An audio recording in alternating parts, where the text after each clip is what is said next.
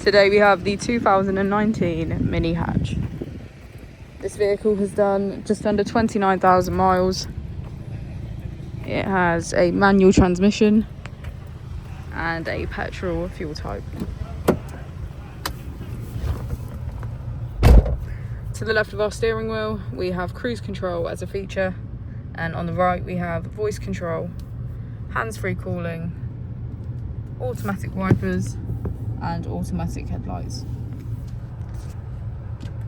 On our screen we can access navigation, My Mini, Mini Connected, notifications, communication and media/radio.